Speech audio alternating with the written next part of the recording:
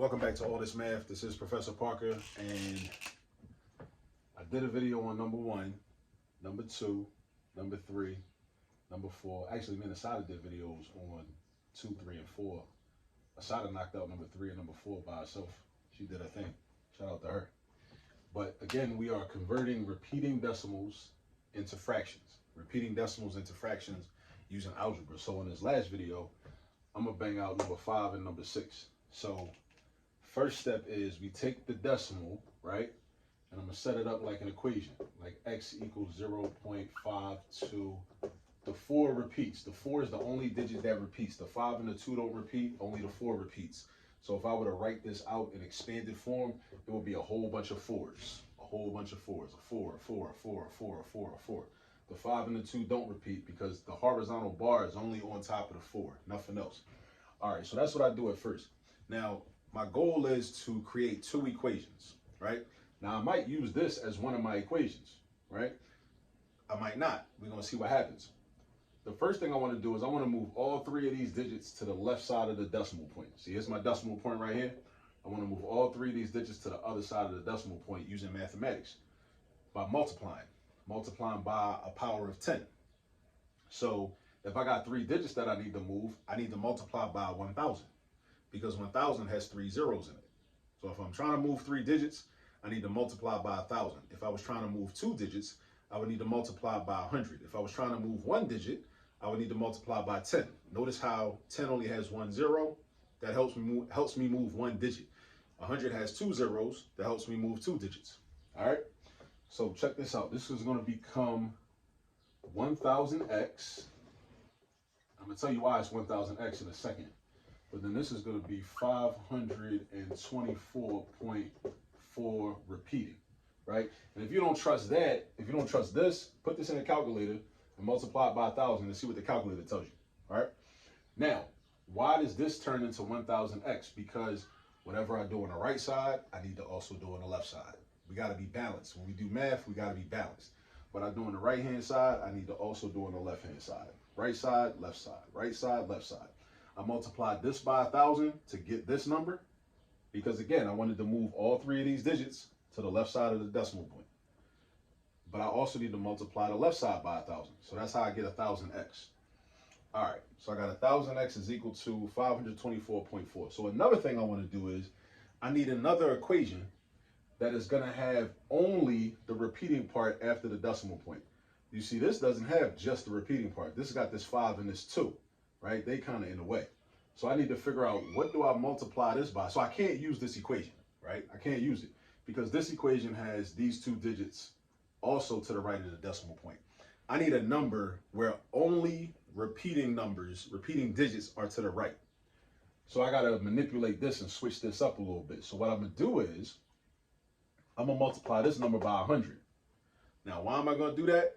Because if I multiply this number by 100, that's going to cause the 5 and the 2 to slide to the left. The 5 and the 2 are going to slide to the left if I multiply this number by 100. And that repeating 4 is going to be left on the right-hand side. And that's what I want.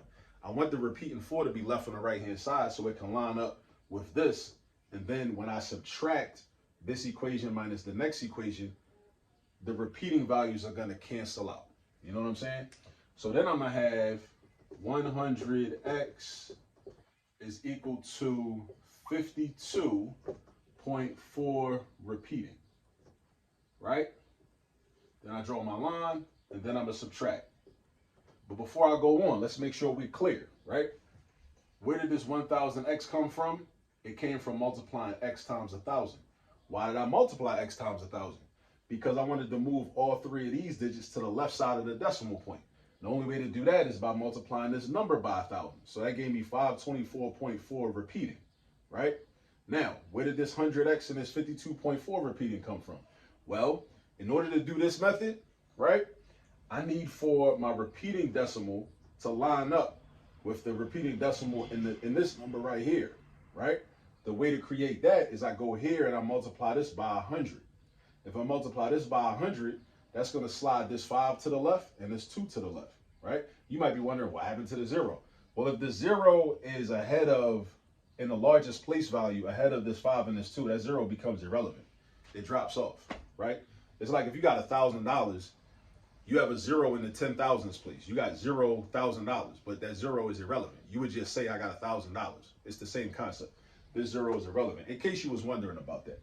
All right, so now we got 524.4 repeating minus 52.4 repeating, and our repeating decimals line up because we want to cancel them out. We want to get rid of them. That's one of our ultimate goals in this type of problem. We want to get rid of the repeating decimals. The repeating decimals got to go. We try to get rid of the repeating decimals.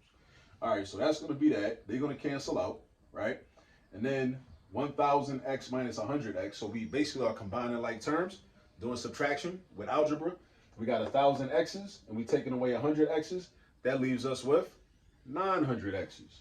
So we got 900x, which is equal to, and then 524 minus 52. Let me do some mental math. So 524 minus 24 is 500, and if I subtract another 26, that's going to be 50, right? So 500 minus 26, that's 480. Take away 6, 474, but then I got to subtract the 2, so that's 472. All right, so 524 minus 52 is 472. Let me make sure that's right. 472 is going to be 28, 28, and 24. Yeah, because to get back to 500, I'd have to add 28. And then to get to 524, I'd have to add 24. And 28 plus 24 is 52. Because the 20 and the 20 are going to give me 40. The 8 and the 4 are going to give me 12. So 40 and 12 is going to give me 52. So we good, we good. All right, so we got 900x equals 472. Let me move this out the way. And now I'm just doing straight algebra, trying to solve for x. So I want to get rid of the 900, right? I get rid of the 900 by doing division. All right, so I'm going to divide by 900 on the left-hand side. I'm going to divide by 900 on the right-hand side because that's the opposite of multiplication. And that's how we get rid of things in an algebraic equation. So we got x equals 472 over 900. Now the question is, can I reduce this? I can, because I know these are both even numbers. So at least I could divide each of them by 2. So that's going to be 236 over 450. But these are still even numbers, so I'm going to bang them again. I'm going to reduce them again. So then I'm going to have 118, because half of 36 is 18. That's why it's helpful to know your multiplication facts. If you know that 18 times 2 is 36, you know that 36 divided by 2 is 18, right? And then 450 divided by 2 is going to be 225. All right, now the question is, can I reduce this? 118 over 225. Can I do anything with that? Let me see. I can't divide by 2 because 225 is an odd number, right? By definition, odd numbers are not divisible by 2. Can I divide by 3? 210, I can divide by 3. This is divisible by 3. I know that because if I break this 225 up into 210 and 15, because I know 210 is divisible by 3, because I know 21 divided by 3 is 7. So 210 is divisible by 3 also, but 15 also is. That's called the partial quotients method. I got other videos on that. We could talk about that in another video in more detail. But what about 118 though? 118, that's not divisible by 3. Because if I break this up, it's going to be 100 and an 18. 18 is divisible by 3, but 100 is not divisible by 3. Not evenly. What about 4? 225, no. Because 200 is divisible by 4, 25 is not. So it's not divisible by 4. They're not divisible by 5. Are they divisible by 6? They're not divisible by 6 because, well, are they? No, they're not. Because 180 is divisible by 6. And 45 is not divisible by 6. 45 is divisible by 9, though. So it's not by 6. What about 7? 7, matter of fact, hold up, man. Let me just go to my notes. 118 over 225. Yeah, no, we good. This is it. This is the final answer. 118. But you see that process I was going through, trying to see if I could continue to reduce. That's part of the process, right? As math students, that's what we got to know how to do. You got to test out factors and see if they work. So we got 118 225ths. So this represents like an object divided up into 225 equal parts. And then we're focused on 118 of those equal parts. All right. So 118 225ths. So that means that this decimal right here, 0.524 repeating, is equal to 118 over 225, which makes sense. All right. So now I said I was going to hit both of these two problems. So that was number 5. Let's do number 6. All right, number 6 is very similar to number 3, though. Actually, we're going to do it the same exact way. Watch what happens. So with number 6, we start out with our equation. X equals 0.36 repeating. We're going to start out with that. I just like using X. You don't got to use X if you don't like to. Like, you can use any variable you want, any letter you want, for real, for real. So X equals 0.36 repeating. And then I want to slide these digits to the left side of the decimal point. Left side of the decimal point. Not the left side of the equal sign, but the left side of the decimal point. So in order to do that, because it's 2 digits, I need to multiply by 100. Multiply both sides by 100. Multiply both sides by 100. So that's going to become 100x on the left side. And then on the right side, it's going to become 36.36. Still repeating. It's still repeating. It goes on forever. Just because you multiply by 100 or 10 or 1,000, that don't mean it don't repeat no more. It's still going to repeat. So I got 100x equals 36.36 repeating. But now I need to figure out a way to have another equation where all I got is repeating values on the right-hand side. Lo and behold, check this out. The original equation was set up like that. See, look, you got 0.36 repeating all by itself. So I don't need to create another equation. I'm going to just use this one right here. Sometimes we can do that. We could just use that one right there. So now I got x equals 0.36 repeating. Draw the line, subtraction, subtract both of them. This is like a system of equations. 100x minus x, I mean, is 99x. Right? And then the repeating parts cancel out. They cancel out. So then you got 36 minus 0, which is 36. So 99x is equal to 36. And now, simple equation, we're going to divide both sides by 99 to isolate the x. So we're going to divide this by 99, and we're going to divide this by 99. So we got x equals 36 over 99. I know I can reduce that because 36 and 99, I know are divisible by 3. I just know that. So 36 divided by 3 is going to give me 18. Nah, I'm tripping. That's not give you 18. 36 divided by 2 is 18. 36 divided by 3 is 12. And then 99 divided by 3 is 33. But look, we can reduce this again. Because even this is divisible by 3. You know what I should have did? The greatest common factor is 9. I should have just rocked out with 9. I should have just divided this by 9 and this by 9. That's what I should have did. But it's cool. As long as we get there, right? I just had to do it in multiple steps instead of doing it in one step. It's all good though. So then I'm going to do 12 divided by 3. And I'm going to do 33 divided by 3. 12 divided by 3 gives me 4. And again, the reason that this is kind of easy to me is because I know my multiplication facts by heart. If I didn't know my multiplication facts by heart, I'd probably get real frustrated and wouldn't be able to do this. You know what I'm saying?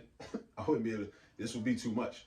So I implore you, please memorize the multiplication facts, at least up to 12 times 12, at least. Go beyond that. Go up to 15 by 15. Go up to 20 times 20. Go up to 25 times 25. Whatever you want. Whatever you want. It's no limit. It's no limit. Just because in the back of the marble composition book it only goes up to 12 times 12, that don't mean that's what we should do. You know? So it's no limit. So then 33 divided by 3 is going to be 11. So this is the final answer. How do I know this is the final answer? Because out of 4 and 11, their common factor is 1. Once you get a fraction, right? And this is a rule, right? This is a major key, right? Once you get a fraction where your numerator and denominator have a greatest common factor of 1, that's how you know you can't reduce it no more. You can't reduce it no more. All right, you're done reducing. So 4 and 11 have a common factor of 1.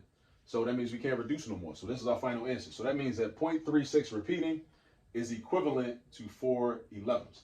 And I actually think these problems are kind of fun, actually. These are one of my favorite topics in terms of teaching. Things I like to teach. You know what I'm saying? Like, yeah, I just like to, yeah, I like this. Because it's a little algorithm. It makes sense. And then when the problems are different, it challenges you to try to figure out, okay, well, what do I got to do in this problem? What do I got to do in this one? Because this one is a little different than this one. And this one is a little different than this one.